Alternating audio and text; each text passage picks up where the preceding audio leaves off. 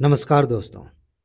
अगर आप बिना कोचिंग के तैयारी कर रहे हैं, यानी कि सेल्फ स्टडी कर रहे हैं, तो आपको कुछ बातें ध्यान में रखते हुए तैयारी करनी चाहिए, ताकि आपकी तैयारी अच्छी हो सके, कोई बाधा ना आए और आराम से आपका सिलेक्शन भी हो सके। हो सकता है कि आपने कोचिंग कर ली है और इस समय आप कोचिंग नहीं जाते, सेल्फ स्टडी कर रहे हैं, तो भी ये बातें आपको ध्यान में रखनी चाहिए। अदरवाइज़ क्या होता है, बहुत सारे लोग ऐसे हैं जो सोच के चलते हैं कि हाँ, सेल्फ स्टडी से हो जाएगा, बहुत सारे लोगों का होता भी है। लेकिन ज़्यादातर लोग ऐसे हैं जो इन चीज़ों को ध्यान में नहीं रखते और आखिरकार वो छोड़ देते हैं तैयारी, या फिर बहुत समय बीतने के बाद उन्हें लगता है कि कोचिंग कर लेते हैं तब कुछ खास हो जाएगा, वहाँ भी कुछ नहीं होता। तो इन चीज़ों को आप ध्यान रखें। 5 बातें हैं, एक-एक करके बात करते हैं। ठीक है जी? सबसे पहली बात ये है कि जो लोग कोचिंग नहीं करते, उनके दिमाग में ये चीज़ हमेशा रहती है कि कोचिंग में कुछ खास पढ़ाया जा रहा है, कुछ ऐसा पढ़ाया जा रहा है जो शायद मैं नहीं पढ़ रहा हूँ, मैं नहीं पढ़ रही हूँ, और इसकी वजह से उनको कभी भी अपने पे अच्छी तरह से भरोसा नहीं हो पाता। ये बहुत बड़ी समस्या है। इस समस्या को दूर करना बहुत ज़रूरी है, क्योंकि आपके अंदर कभी भी कॉन्फिडेंस नहीं आएगा। आप जो पढ़ रहे हैं उस पर कभी आपको भरोसा नहीं होगा, और जब यही चीज़ें नहीं हो रही हैं तो आप कितना भी मेहनत कर लीजिए, कुछ खास रिजल्ट्स में परिवर्तन नहीं आएगा।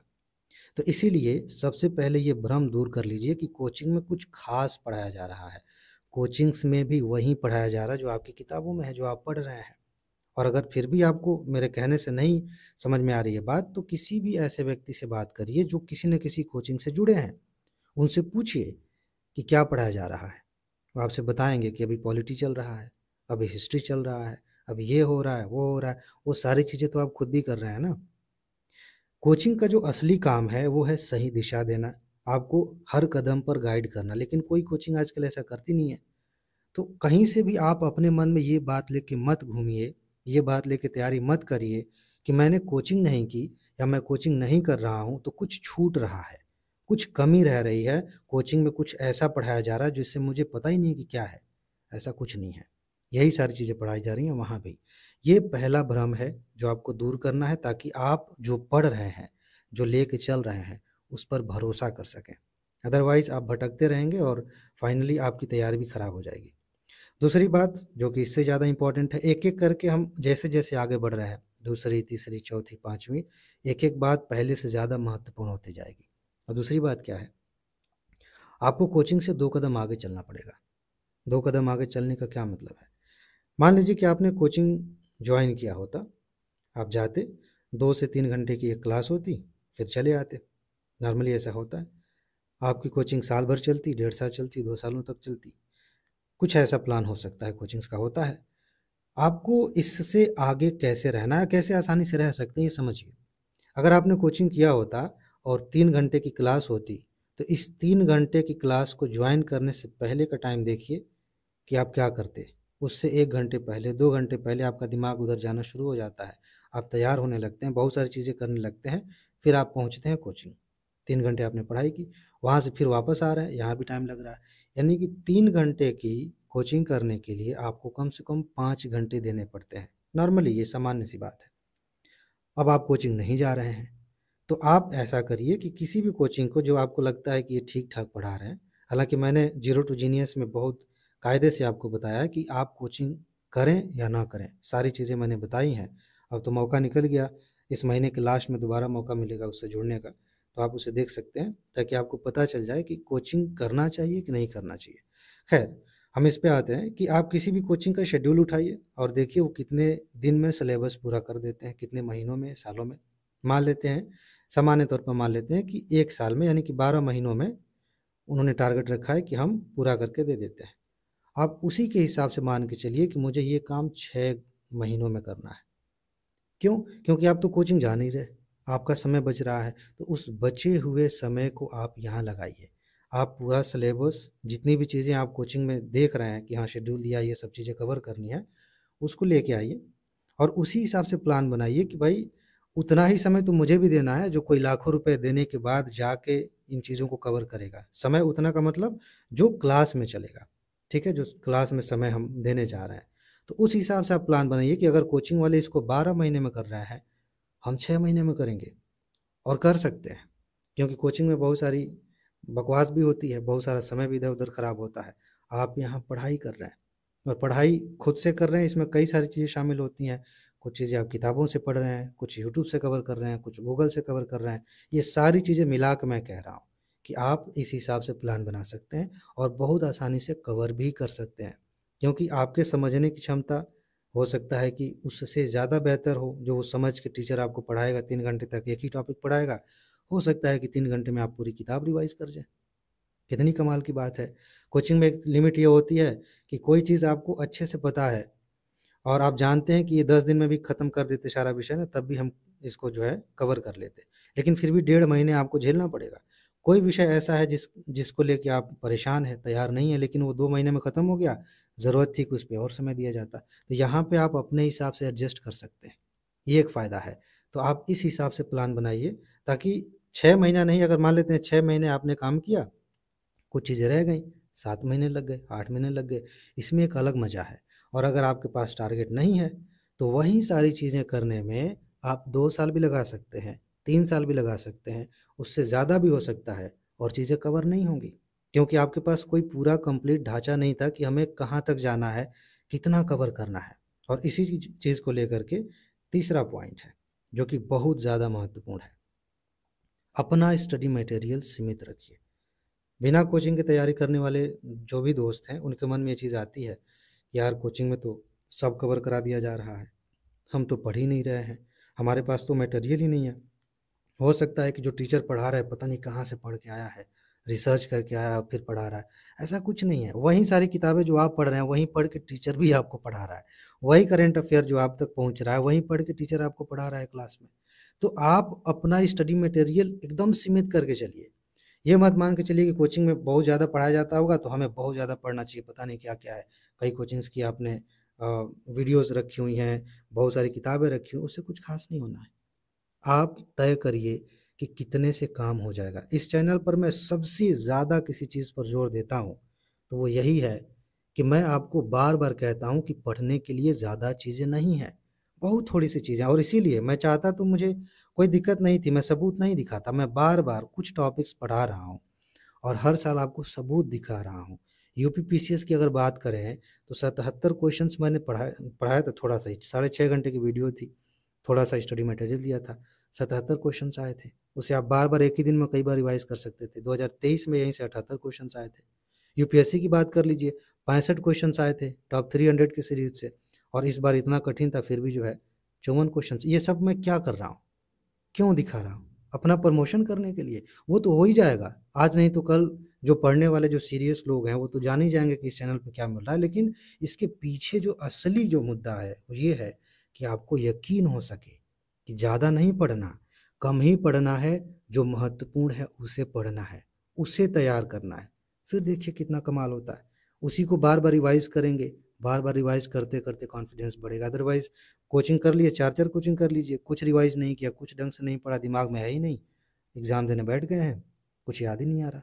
जितना कम पढ़ेंगे, काम की चीज़ पढ़ेंगे, अच्छे से दिमाग में बैठेंगी चीज़ें और एग्ज़ाम पे सही तरीके से याद भी आएँगी। इसीलिए मैंने ये सारी चीज़ें आपको बताई। बाकी स्टडी मटेरियल तो मैं खुद भी देता हूँ आपको, पीडीएफ नोट्स हैं यूपीएससी के लिए भी, यूपी पीसीएस के लिए भी।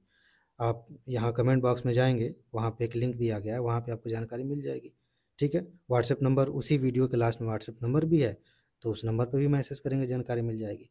ख़ैर, वो अलग बात है, लेकिन कहने का मतलब ये है कि आप अपना स्टडी मटेरियल सीमित रखिए।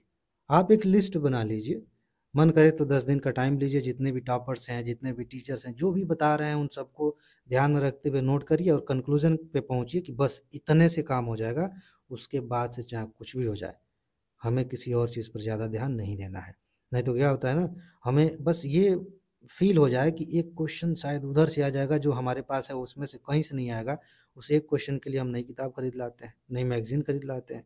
हो सकता है वहाँ से ना भी आए लेकिन हमारा समय तो खराब हो गया ना। वही समय अगर हमने इम्पोर्टेंट चीज़ों को रिवाइज़ करने में दिया होता, तो कई क्वेश्चन सही हो जाते एग्ज़ाम में। इस चीज़ को आप ध्यान रखिए, ठीक है? इसके बाद एक कमाल की चीज़ होती है जो उनके अंदर भी है जो कोचिंग कर रहे हैं, उनके अंदर भी है जो नहीं कर रहे हैं, जो सेल्फ स्टडी कर रहे हैं और ये दिक्कत है तुलना करने की। हम किसी से मिलते हैं, हमें पता चलता है कि ये भी व्यक्ति तैयारी कर रहा है, उससे थोड़ी-सी बातें होती हैं और हमें लगता है कि यार ये तो पढ़ने में बहुत तेज़ है।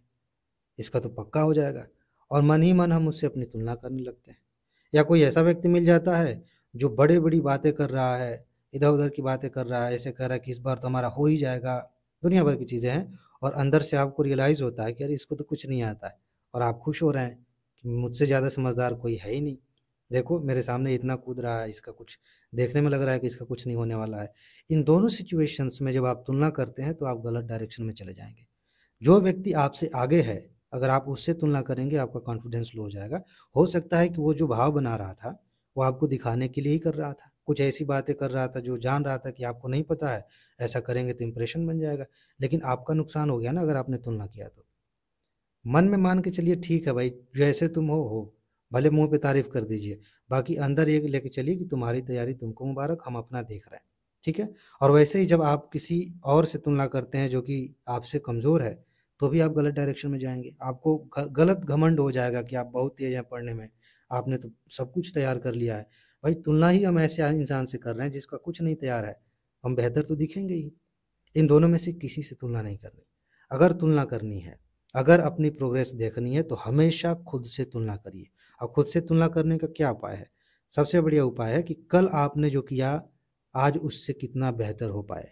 आज उससे कितना बेहतर आपने किया।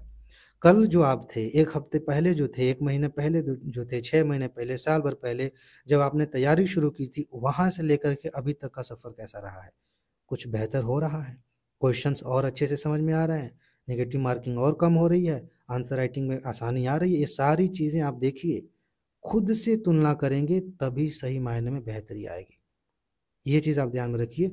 गलती से भी, सपने में भी कभी किसी से तुलना मत करिए, किसी टॉपर से भी अपनी तुलना मत करिए, किसी से भी नहीं। ये चीज़ ध्यान रखिएगा, तभी आप सही मायने में उस जगह पे खड़े हो पाएँगे जहाँ आपको होना चाहिए, और जहाँ आप इस समय हैं, फिलहाल आप ये देखिए कि क्या आप सही जगह हैं? क्या कहीं ऐसा तो नहीं कि आप दूसरों से तुलना करके कहीं और पहुँच गए हैं, कुछ और ही किए जा रहे हैं? क्योंकि जब हम तुलना करते हैं तो एक दिक्कत ये भी होने लगती है कि हम वो करने लगते हैं जो अभी करना ज़रूरी नहीं था। हम किसी को साबित करने लगते हैं, किसी के सामने खुद को साबित करने लगते हैं बेसिकली। क्या फ़ायदा उसका? अगर हम खुद से तुलना करेंगे तो अपने आप में बेहतरी देखेंगे। दूसरों से तुलना करेंगे तो प्रेशर होगा, दूसरों के सामने खुद को साबित कर लिए तब भी कोई फ़ायदा नहीं होगा, नुकसान ही होगा, टाइम ख़राब हो जाएगा।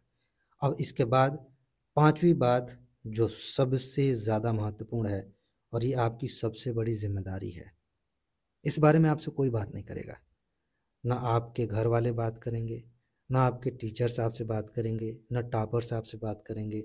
यहाँ तक कि आपके हस्बैंड, आपकी वाइफ़, आपकी गर्लफ्रेंड, आपके बॉयफ्रेंड, कोई भी इस पर बहुत अधिक ज़ोर नहीं देगा। आपका मन रखने के लिए कोई कह सकता है कि भाई इसको भी ध्यान में रखो, लेकिन आप ही वो हैं जिनको इस पर सबसे ज़्यादा ध्यान देना चाहिए। और पता है क्या है वो? आपको अपना हर तरह से ध्यान रखना पड़ेगा। आज का समय ऐसा है जिसमें प्रेशर बहुत ज़्यादा है। बेरोज़गारी बहुत ज़्यादा है, कॉम्पिटिशन का लेवल आप देख ही रहे हैं। कुछ जो है वैकेंसीज़ निकलती हैं, लाखों की संख्या में फ़ॉर्म भरे जाते हैं। ऊपर से घर वालों का प्रेशर, अगर किसी से वादा कर दिया या मन में ठान लिया है कि हम आईएएस बन के ही ये चीज़ करेंगे, उसका अलग से प्रेशर। ये सारी चीज़ें दिमाग में चलती रहती हैं।